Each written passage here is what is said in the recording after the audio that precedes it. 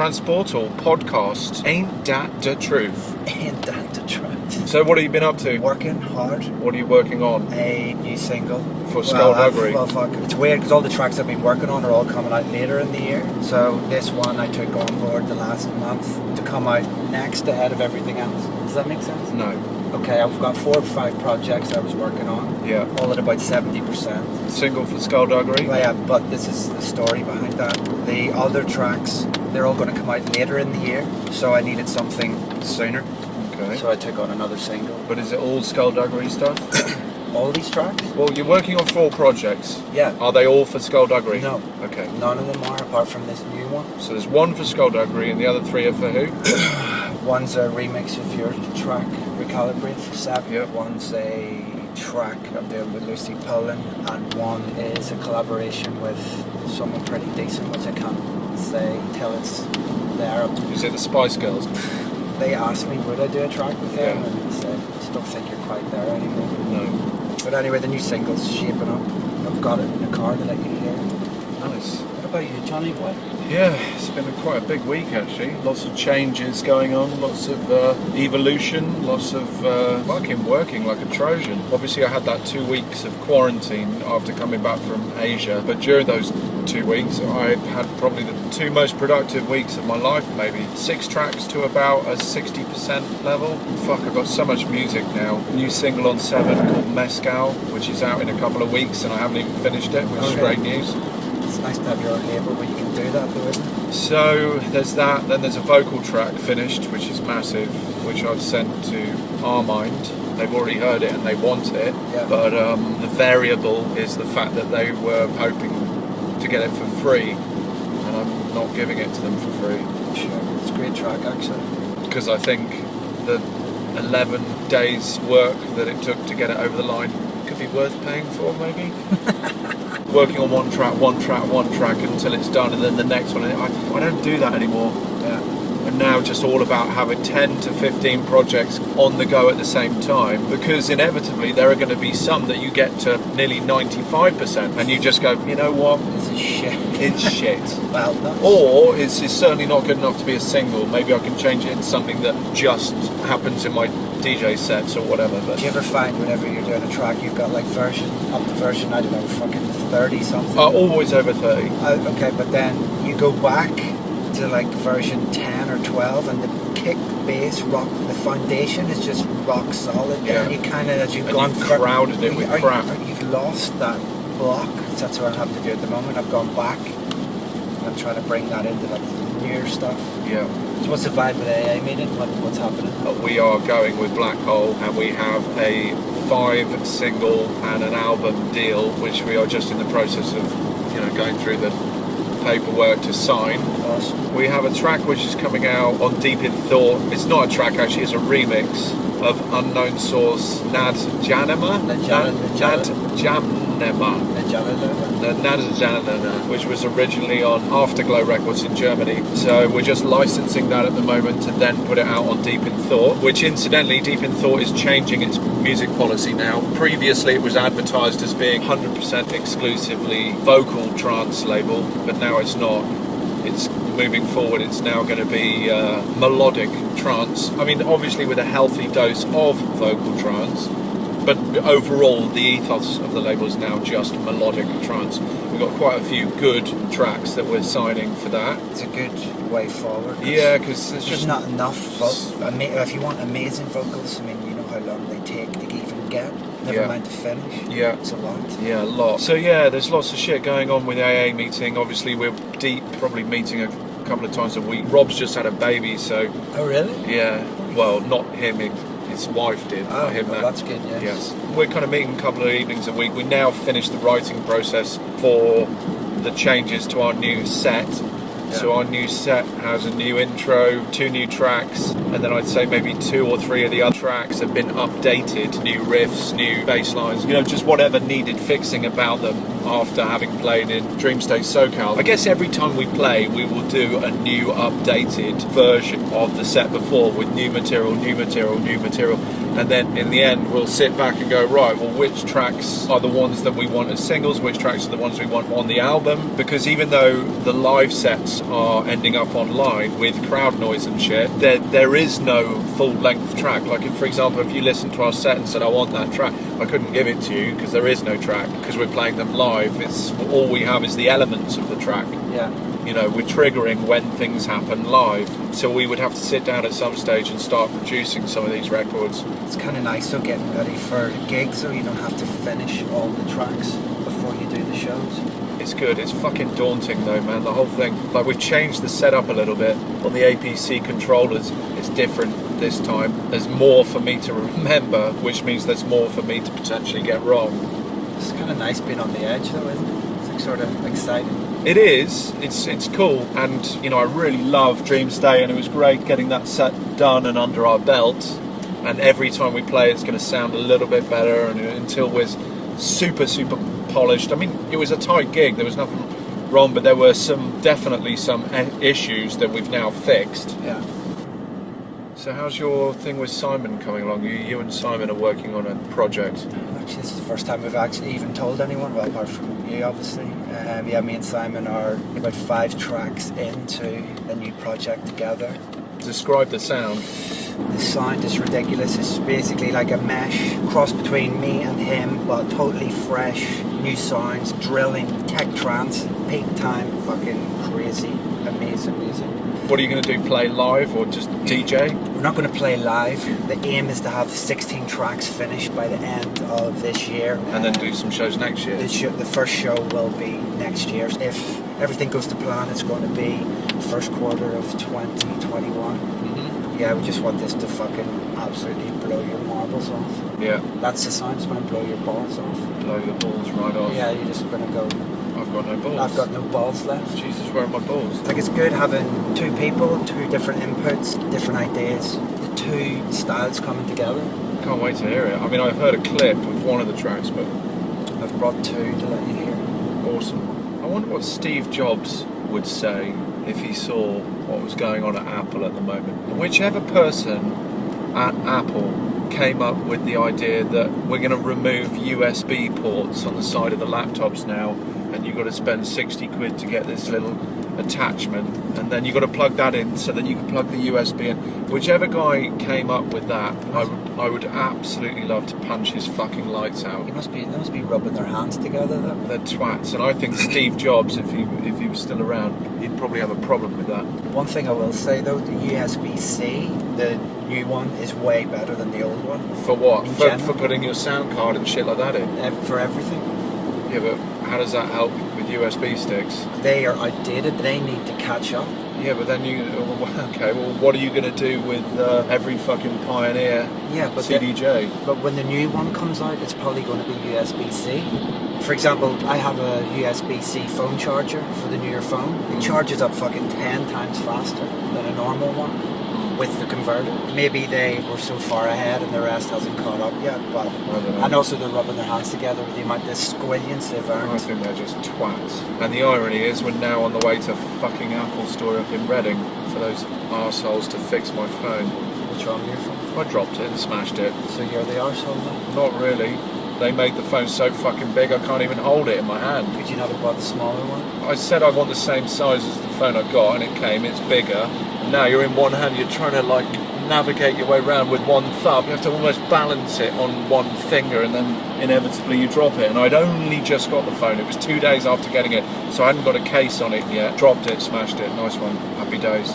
Are they going to replace it? No, they're going to replace the screen because I didn't have Apple Care. That's good news. Fuck, at least you get the screen replaced. They're normally 180 No, squared. I don't get the screen replaced. I pay for them to replace the screen. Alright, happy days. Yeah. We'll replace the screen for free. That's good news. No, that's not Apple's style, as we've just established. They've got everyone hooked on their drug, and now they're mixing the product, they're cutting it with shit to make it slightly less quality.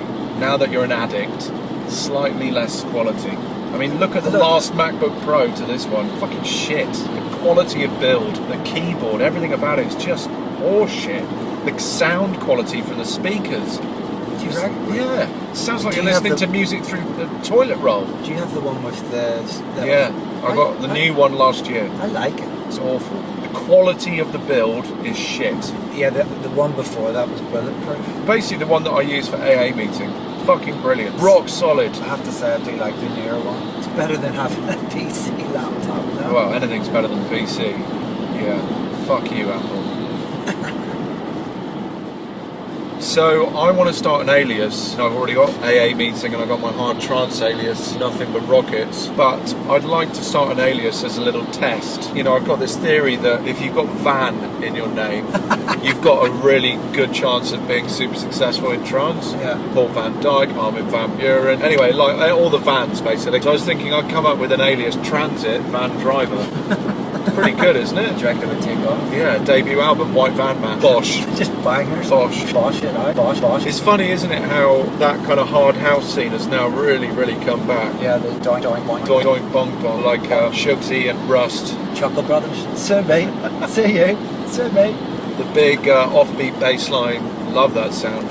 You can get such a clean track and a clean mix with an offbeat bass line. Yeah. I mean, Will's a major part of it, I guess, as well. I guess, like, you know, the kids, they like that bouncy, banging. Bananas. Go bananas. Go bananas. Go bananas.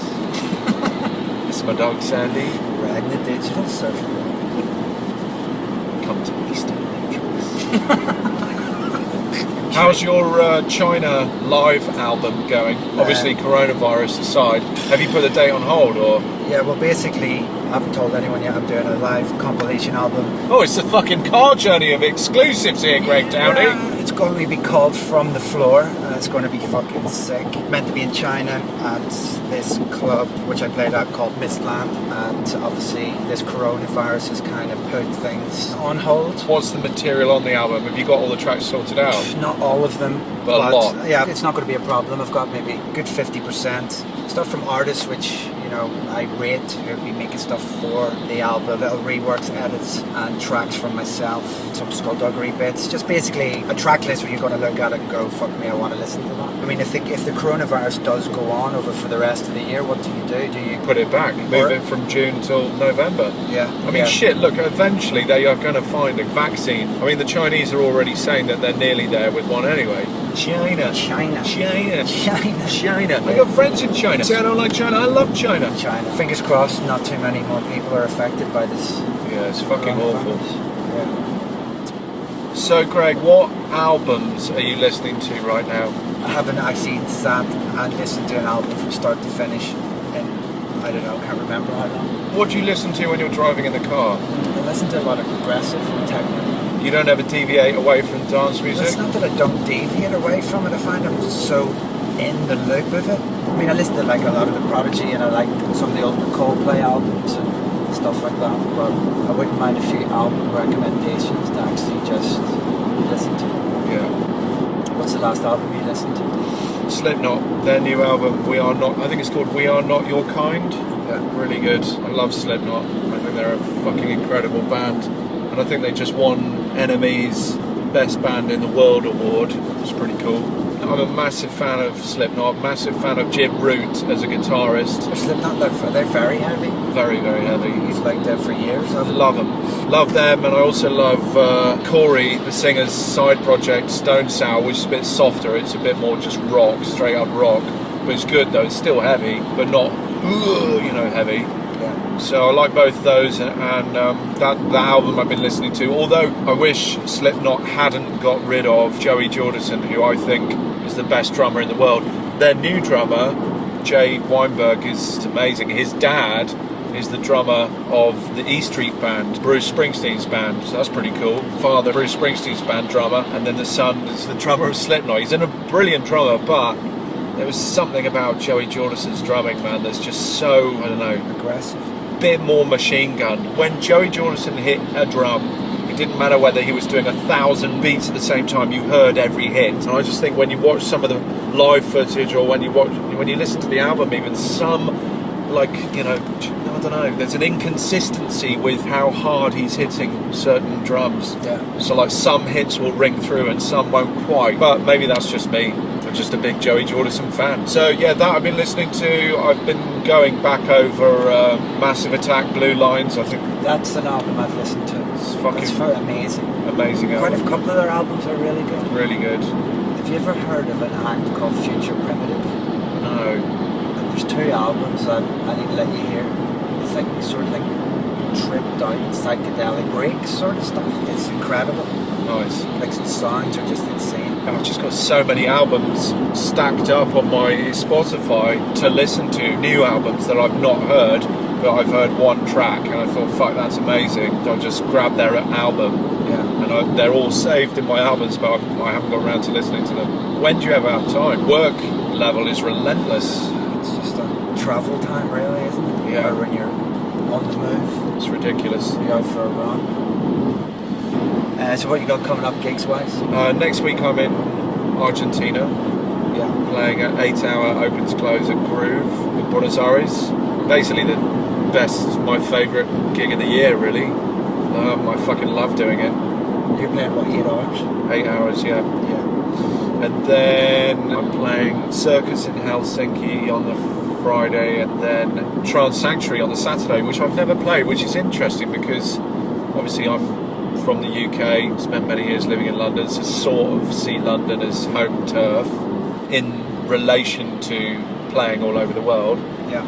And have played for various promoters. I suppose normally, predominantly, it's for the gallery. But yeah, I've heard so many amazing things. You've played Trance Sanctuary, and to be going and playing again on the Fabric sound system, Trance on the Fabric sound system, fucking over the moon. The good thing about the Fabric is it kind of reminded me a bit like Turnmills. You sort of, like you can get lost in the club kind of vibe. It's good to see like that promotion growing to what it is. Yeah. You know, they came from small beginnings and they have like a really solid trance crowd to go to the gigs. Yeah. Like I loved playing there, it was brilliant. Great community. Yeah, and the promoters are sound, good people. Yeah, you'll love it. Yeah, I can't wait. It's good. And it's a daytime party as well. That's kind of cool. So you can be in Soho drinking cocktails by midnight. Ta-da! Normally it was the other way around when you played at Terminals. Yeah. You crawl out of there, it's like fucking midday. You're like, oh my god, Yeah. the sun's beating through the tree. Jesus Christ.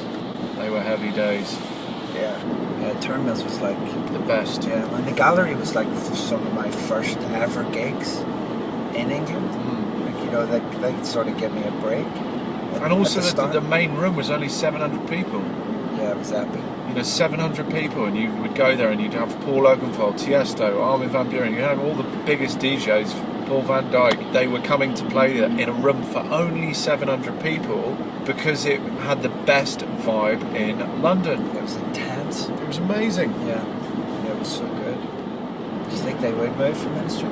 No, probably not, because I'm assuming they have a setup where Ministry are bankrolling the whole thing. Obviously they have to deliver, obviously if the numbers are down and they're not selling the right number of tickets, but I don't know, there's a consistency with Ministry of Sound because they have such a huge volume of tourists coming there. Kids from all over the world coming to see London, and when they're there, they want to go to the most famous nightclub in the world.